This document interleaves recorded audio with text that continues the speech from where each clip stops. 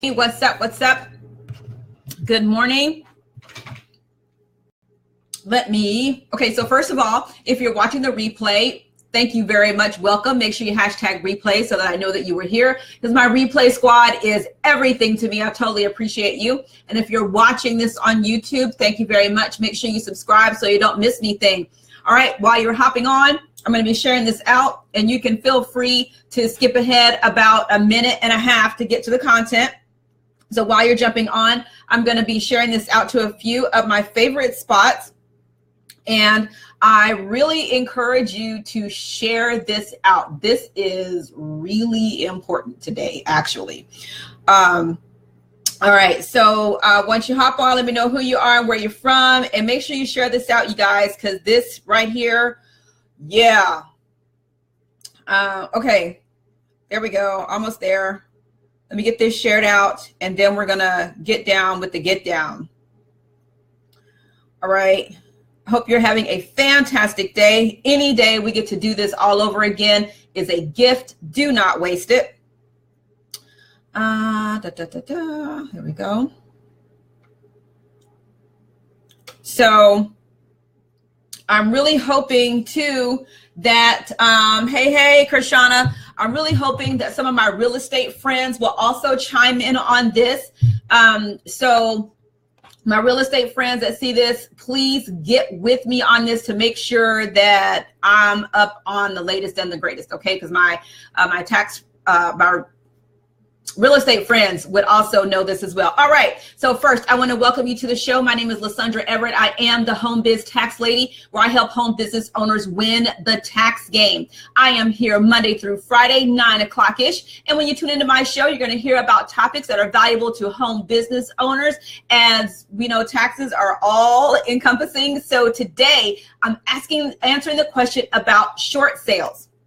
Is the difference in what you owe, is that amount taxable? So let me give you a little bit of history, and I'll bring you up to where we are now. So prior to 2007, any debt that is forgiven, any amount over $600 is reported to the IRS and is considered income. So let's say you have a credit card that they say, okay, let's say the credit card debt was $1,000, right? They say, okay, great. You send us a check for $400 and we'll forgive the rest. Okay. Well, then what they do for that amount, $600 or more, they're going to send you a 1099-C. That 1099-C also gets sent to the IRS, and that $600 is then considered taxable income, right? So think about that with a house. All right. So let's just say, for instance, that you had a home on which you owed $500,000, but you were only able to sell it for $300,000. Then that difference of $200,000 is then reported to the IRS and considered taxable income. This is before 2007. Now, with the Mortgage Forgiveness Debt Relief Act of 2007, that act said, okay, that debts that were secured by real estate, meaning, the mortgage, we went through the whole mortgage crisis. So any mortgage forgiveness that, was related to real estate, that would not be taxable income. It would still be reported to the IRS, but it would not be taxable to the buyer. So that was a huge, huge break for people in that situation, because if you can imagine, like using you owe 500,000, but you sell for 300,000, $200,000, that's somebody's annual salary. And then you have to pay taxes on that 200,000, considering that taxable income, that's going to bump you up to a whole new tax bracket, right? So this Mortgage Forgiveness Debt Relief Act really helped a lot of people, because it's because you think about it, you go from owing a mortgage company to owing the IRS, okay? You think about that. That is not cute in any way, shape, or form, okay? So the Mortgage Forgiveness Debt Relief Act, I have to keep looking at it because it's such a long name, right? And I want to get it right.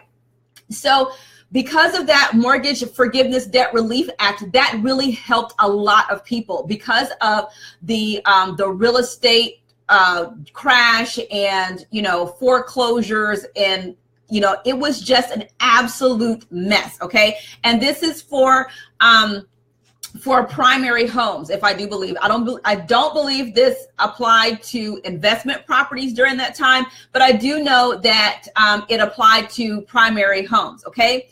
Now, the bad news is that that act expired January 1st of 2017. So what that means is that we're back to the old way of doing business. So I looked everywhere, and there was a bill that was introduced to extend this act, but I don't see where it was passed. So as far as I know, and y'all, when I tell y'all I looked, like I spent some time, reading, on the congressional websites and everything. I could not find where this bill was where it was passed. So I saw where it was introduced, but I don't see where it was passed to extend the Mortgage Forgiveness Debt Relief Act. So, but what I did read that is if you entered into an agreement in 2016, but it was not closed until 2017, then you would still fall under the Mortgage Forgiveness Debt Relief Act, and that income would not be taxable. But as far as I can tell, we're back to the old way of doing business. So if you have a short sale, then that forgiven amount is going to be taxable from what I can tell. There's really nothing to say about that, except that you're going to have to be prepared to pay taxes on that amount because it will be considered income for you. There's no good way to put it, right? So what you're going to have to do is, if you're in this situation, you really need to get back with your mortgage company to find out if the Mortgage Forgiveness Debt Relief Act was extended. Like I said, I could not find anywhere that says it is. If it was not extended, and if it actually did expire January 1, 2017, that means any forgiven amount would be taxable to that homeowner as income tax. So you will owe taxes on that forgiven amount.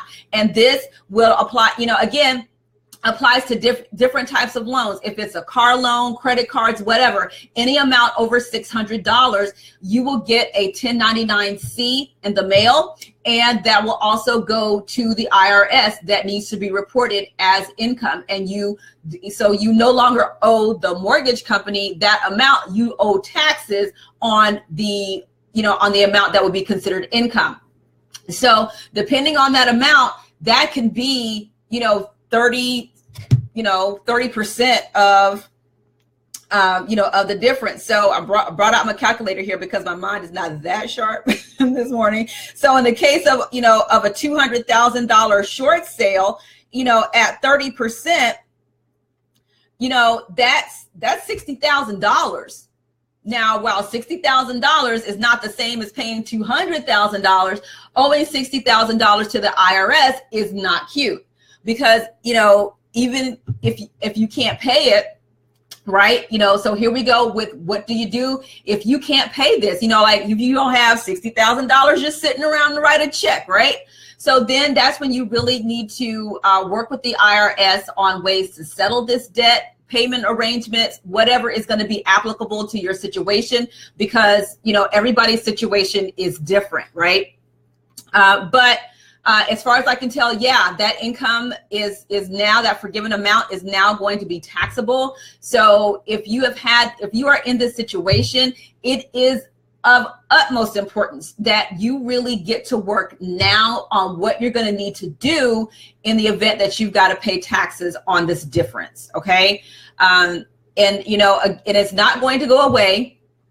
Do not, under any circumstances, do not just decide to not report this 1099-C, because any form that you get in the mail, right, that's for your taxes, there's a copy sitting at the IRS waiting for you. So what you don't want to do is compound the issue by not reporting it, and then you also have an under-reporting penalty. And if it's over 20% of your of your of what you owe, of your income, if it's over 20%, then that makes the penalty even worse. Okay. So you definitely don't want to do that. You definitely want to file. Okay. Don't decide, okay, well, I'm not going to file because I can't pay this taxes. Do not do that, because the IRS will not work with you if you have not filed your taxes. So now is not the time to try to hide from this. It's really time to be proactive. If you are in this situation, get with your mortgage lender. Okay, exactly. How much, was the debt forgiven for? Am I going to receive a 1099-C? Ask them about the Mortgage Forgiveness Debt Relief Act. They're going to know more so than anybody. And, and really the National Association of Realtors and mortgage lenders, all of these people were really lobbying to have this act extended. I just can't see where it was. Okay, so please, please, please be proactive and, and prepare yourself. It would not hurt for you to contact the IRS to really discuss, even for them to confirm whether or not it was extended, right? Because I couldn't find where it was. So what I'm saying to you is don't sleep on this. Don't wait until tax season to try and work this out. If you know you're in this situation, get to work now. Okay, I cannot express that enough. Okay, so yeah, so as far as I can tell right now, the short answer to the question is the difference on a short sale is taxable to the homeowner, and if that's going to put you in a whole new tax bracket, you definitely need to prepare. And so if that means you need to adjust some, your W-4 to have more taxes taken out, or whatever it is that you need to do to prepare financially for this, now it's time to do it, and don't wait on it. Okay. So I really hope that this helps you out. I know it is not good news, right? Definitely not good news, but I can't see anything different. So I'm asking for any of my real estate friends that watch this, if you know something different, please let me know, because it's going to be very important to us tax professionals as well, to make sure that we get it right. Okay. So I went to the congressional website. I read the realtor blogs. I read the finance blogs. I went, everywhere I could think of to look on this, and I can't see where it was extended. All right. So thanks so much for tuning in, you guys. Have a fantastic day, and I will see you all next time. Oh, and if you haven't gone to like my page, Home Biz Tax Lady, make sure you do that. Find me at Home Biz Tax Lady, and you can join me over in my Tax Players Club. You should be in there. All right. So thanks so much, you guys. Have a great day. Bye.